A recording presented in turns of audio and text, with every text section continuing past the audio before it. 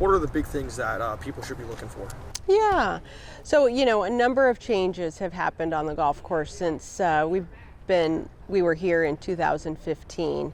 About a dozen bunkers have been added. A number of other bunkers have been reoriented. They've done a bunch of tee work and combining tees and just making some better flow from hole to hole. In addition, they've added a bunch of native areas.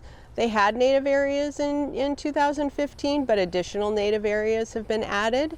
And there's been a bunch of tree removal, really opening up the vistas across a bunch of holes and really helping the agronomics and the turf health out here. You mentioned a lot of people will say the trees, removing the trees kind of makes the course a little bit easier, but you also mentioned the bunkers and the native areas. With the increase in technology, the golf ball distance across the entire game of golf, how much of those changes went into making this course tougher for this championship? Well, I think whenever you add, bunkers in strategic areas, it's going to logically make a golf course a little bit tougher. But we are, almost a decade removed from the last time the Women's Open was here, and we really have started fresh in taking a hard look at how this golf course is going to play, the presentation, the yardages that we're going to play. And while there's a number of yardages that will be similar to what we played in 2015, overall you're going to see a longer golf course come next June. I don't know if this is an appropriate question, but if you had your druthers, how would you want this course to play? And do you have a final score in mind that you want the winner to be? Yeah.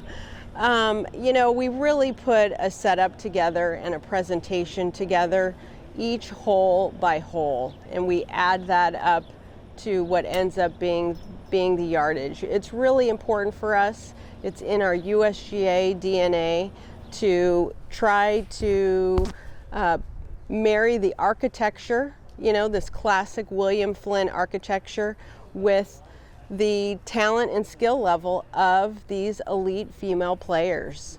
And what that setup ends up being is what it ends up being. We are charged with putting together a tough and fair test, and that is certainly what it's going to be next June. If no players are complaining that it's too tough, or I don't want to say complaining, yeah, but stressing in the media sure, to us, the bad people, that the course is playing too tough and things like that, do you feel that maybe you guys didn't go as tough as you want? So do you embrace them after their round, saying, "Oh, this hole's a little bit unfair. That pin placement's a little bit unfair"? We work really hard to not hear players come into the media tent saying that something is unfair. We work very hard with our hole location work and with our setup, green to tee length, etc., to ensure a tough but fair test. These players expect the Women's Open to be a tough test of golf. It's not just another week on tour for them. And I feel like they've really embraced the Women's Open and the tough test that it is. We want it to be something special. When you win a Women's Open, it's very special. You have hit the peak of your career, and you'll always be a USGA champion and always have won something truly, truly special. Hitting great shots on a course like this with a crowd that's expected to be here, because this course is known for the monster crowd. Yeah. Just how does that just feed into the whole environment of the Open with the tough course setup that you guys plan on having, and then the rambunctious crowd and the massive crowds that you it's tremendous. These women deserve to play in front of big crowds.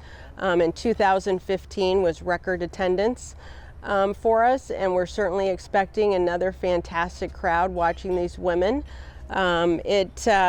Like I said, they deserve to play in front of big crowds. A lot of times their games are underrated, and these players are just phenomenal players. A base setup. Do you prefer the classical architecture, or do you prefer like the modern expanse, like as a Chambers Bay or something like that?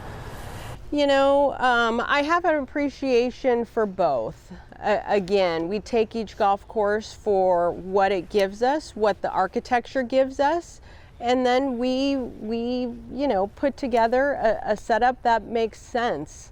We are moving further away from putting what many have known to be a USGA stamp on our setup. In other words, coming in and just narrowing fairways. There has been a push that you've probably seen for golf courses to become a little bit wider and wider, which makes sense for the average golfer, for a typical membership, for a golf course to be a little more forgiving, for there to be more opportunities to score and hit out of short grass. And we're not coming in and really narrowing fairways like we used to. It's important for us to stick with the architecture and what the architect intended for how the golf course should be played. And we make strategic changes. Do you think it will be a challenge? Oh my gosh, this is going to be a great challenge and a wonderful test. Any concern with it being in May? I know that's a little earlier than it was last time, just because the summers here get very, very dry. But May coming out of April this year was actually very wet.